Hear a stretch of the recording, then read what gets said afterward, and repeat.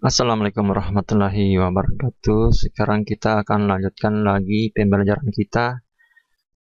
Yang akan kita bahas hari ini adalah masalah kesamaan dua himpunan. Oke, silakan perhatikan pertanyaan berikut. Kapan dua himpunan itu dikatakan sama? Nah, misalnya ada himpunan A, ada himpunan B. Apa indikasinya sehingga kita bisa mengatakan A dan B sama? Kan begitu ya. Nah, untuk menjawab pertanyaan tersebut, coba kita perhatikan tabel berikut. Tabel ini, yang pertama ini ada himpunan A, ada himpunan B. Kemudian kesimpulannya apakah sama atau tidak sama. Untuk himpunan A, ini anggotanya 1, 2, 3. Himpunan B, anggotanya juga 1, 2, 3. Ini sepintas sudah bisa kita simpulkan sama.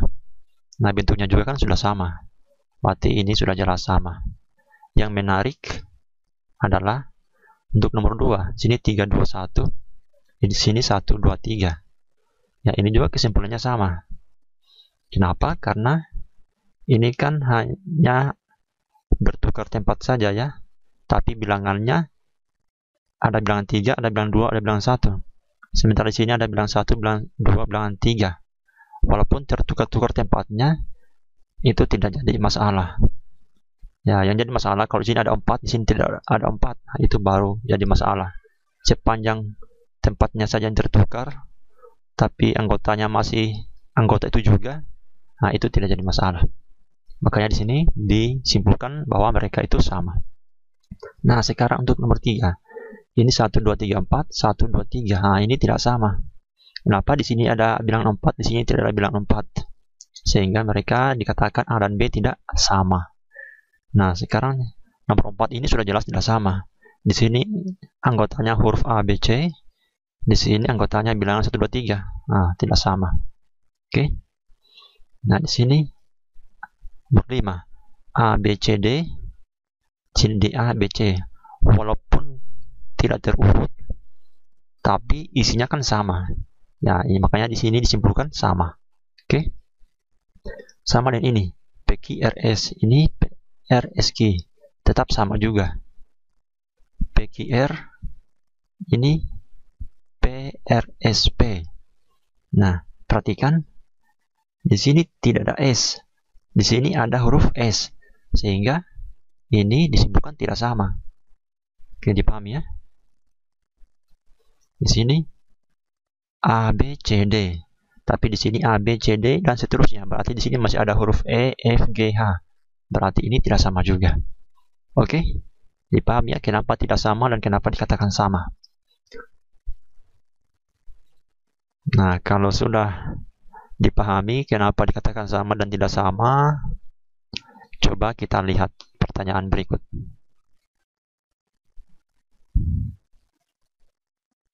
Nah, ini diketahui himpunan A ini tersusun dari huruf H, A, R, U, M. Ya, kalau dibaca harum ya. Kemudian himpunan B ini tersusun dari huruf M, U, R, A, H.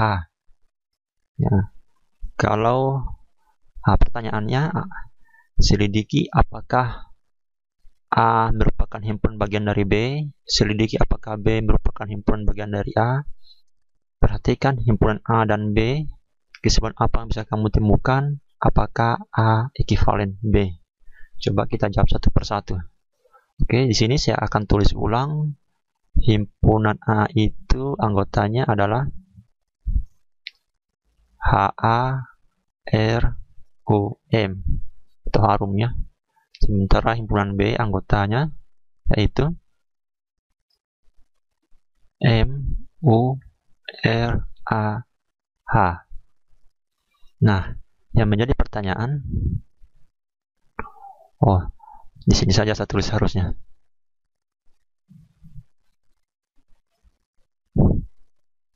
Terus ulang. H, A, R. Saya tulis ulang. A itu H, A, R, U, M. Himpunan B adalah M, U, R A M O R A H. Nah, kita akan selidiki apakah A itu merupakan himpunan bagian dari B. Masih ingat adik-adik apa definisinya A himpunan bagian dari B? Definisinya saya ingatkan lagi bahwa apabila semua anggota A masuk di anggota B, itu kita bisa simpulkan bahwa A itu himpunan bagian dari B. Nah, semua anggota A diselidiki ya.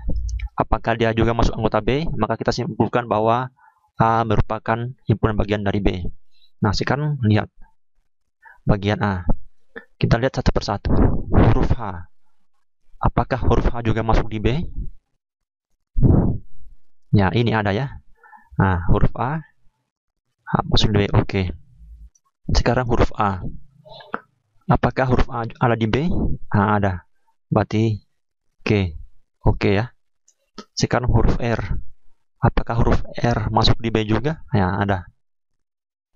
Huruf U. Ya, ada. Huruf M. Ya, ada juga. Nah, sudah kita selidiki ternyata semua anggota di A ternyata masuk juga di B, maka kita bisa simpulkan bahwa A merupakan subset dari B atau himpunan bagian dari B. Sekarang coba kita perhatikan sebaliknya. Kita selidiki apakah B merupakan subset dari A atau B merupakan himpunan bagian dari A. Kita selidiki lagi seperti pada penyelidikan pada bagian di atas. Kita akan selidiki apakah semua anggota di B merupakan juga anggota di A. Kita selidiki satu persatu. Ya, kita mulai dari huruf M. Huruf M apakah ada di A? Ya, ada. Nah, oke. Ingat patokannya, semua huruf di B harus merupakan anggota di A. Kemudian M sudah kita selidiki. Oke. U. Huruf U ada di B, apakah ada di A juga? Ada. Oke. Huruf R apakah ini kan ada di B, apakah ada di A juga? Ada. Huruf A ada di B, apakah ada di A juga? Ada. Dan seterusnya huruf H apakah ada di A juga? Oke. Nah, ternyata kita sudah selidiki ternyata semua yang ada di B ada di A juga. Makanya ini kita simpulkan bahwa B merupakan subset dari A. Nah, kesimpulannya apa? Tadi untuk bagian A kecil di atas kita dapatkan yang ini, A subset dari B. Kemudian pada bagian B di atas, B kecil yang ini, kita dapatkan kesimpulan bahwa B juga merupakan bagian dari A. Nah, kalau kita temukan seperti ini, A merupakan bagian dari B sekaligus B juga merupakan bagian dari A, maka kita simpulkan bahwa A itu sama dengan B. Jadi, kriteria untuk menunjukkan himpunan A sama dengan himpunan B cukup kita selidiki apakah A subset dari B dan apakah B subset dari A. Kalau kedua ini terjadi, maka kita simpulkan bahwa A sama dengan B. Jadi, di atas ternyata himpunan A sama dengan himpunan B. Ya, jawabannya di sini himpunan A sama dengan himpunan B. Kenapa? Karena A subset dari B dan B himpunan bagian dari A. Itu alasannya. Nah, sekarang ini pertanyaan bagian A tadi, selidiki apakah A subset dari B? Ya, sudah ya. Ini ya. Nah, yang menjadi pertanyaan bagian D, apakah A ekivalen B? Sebelum kita jawab, harus tahu dulu apa maksudnya ekivalen. Nah, di sini sudah ada keterangannya. Apa pengertian dari ekivalen? Nah, ini ada dua yang harus diingatnya. Dua himpunan A dan B dikatakan sama jika dan hanya jika A subset B dan B subset A. Yang kita notasikan A sama dengan B. Oke. Jadi tadi sudah kita jelaskan bahwa untuk membuktikan bahwa himpunan A sama dengan himpunan B, cukup kita buktikan bahwa A subset dari B dan B subset dari A. Jangan salah satunya saja, tapi harus dua-duanya. Tapi kalau A subset B tetapi B tidak subset A, itu kita tidak bisa simpulkan A sama dengan B, tapi harus berlaku dua-duanya. Paham ya? Nah, ini pengertian ekivalennya untuk bagian D tadi. Jika NA ini maksudnya banyaknya anggota himpunan A sama dengan banyaknya anggota himpunan B, maka ini kita katakan A ekivalen B. Jadi untuk mengatakan dua buah himpunan dikatakan ekivalen, cukup kita selidiki banyaknya anggota himpunannya. Kalau mereka sama berarti ekivalen. Oke? Nah, sekarang untuk bagian coba kita jawab.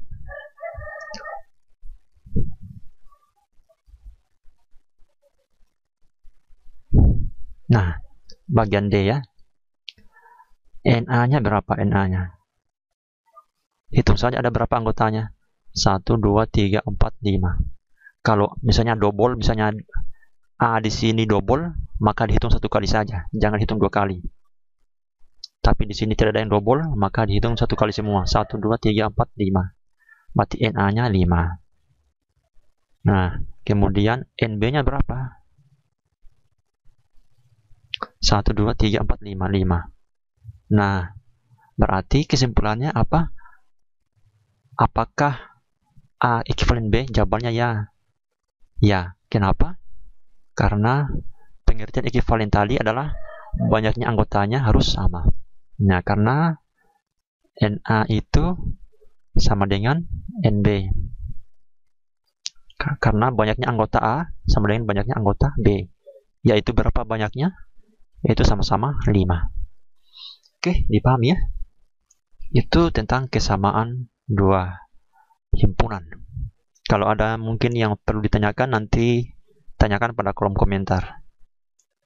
Oke, coba kita lihat apakah... Nah, ini. Yang menarik ini. Selesaikan soal berikut ini. Diketahui himpunan P123 dan Q132. Selidiki apakah P subset Q dan Q subset P. Ya, kita selidiki satu persatu. Berarti kita lihat pertama dulu ya. Kita selidiki ini. P subset Q dulu. Apakah benar ini? Pertama satu anggota P. Dan ternyata